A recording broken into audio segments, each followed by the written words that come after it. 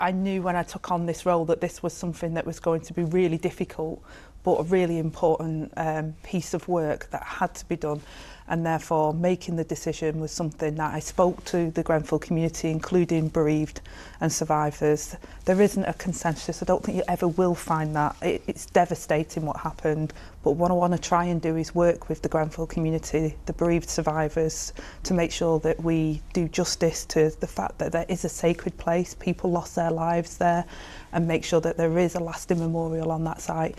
So I felt, weighing up all of the different conversations that I had and the engineering report, that actually the only way forward really was to sensitively make sure that we start the taking away the tower to ground floor level. The whole situation here is very sensitive, but some of those who were bereaved or survivors of the fire felt that this week when they met you, that your behaviour in the meeting was very upsetting. One of them told us the government's ruined relationships with the families in half an hour. It was a car crash. Another survivor of the fire suggested that you were even defensive, even aggressive. Well, I certainly don't feel like I was aggressive, and if anyone felt that way, then I would be sincerely upset about that. I think what I tried to do is take a really difficult meeting and explain to people and make sure that those that were bereaved had that information and the survivors had that information before the decision was made public. But something obviously has gone wrong here. How many families had you spoken to about the decision?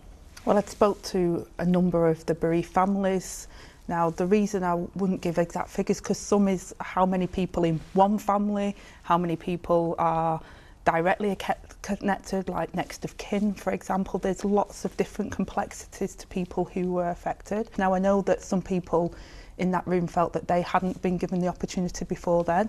I listened to what they said, and my conclusion was still that there was not a possibility really for that tower to remain as it is going into the future. And I tried to deliver that message as sensitively as I possibly could, knowing full well that it was going to be really upsetting for people to hear that, but I wanted them to hear it from me. Specifically on this issue of the demolition of the tower, can you tell us now how many families or survivors you spoke to? I'm not going to go into details of, well, which family, which were next of kin, which were the community, because I think that that's even more insensitive to the various different views. But what I will say is that there wasn't a consensus amongst any of the various different people who were affected by the fire.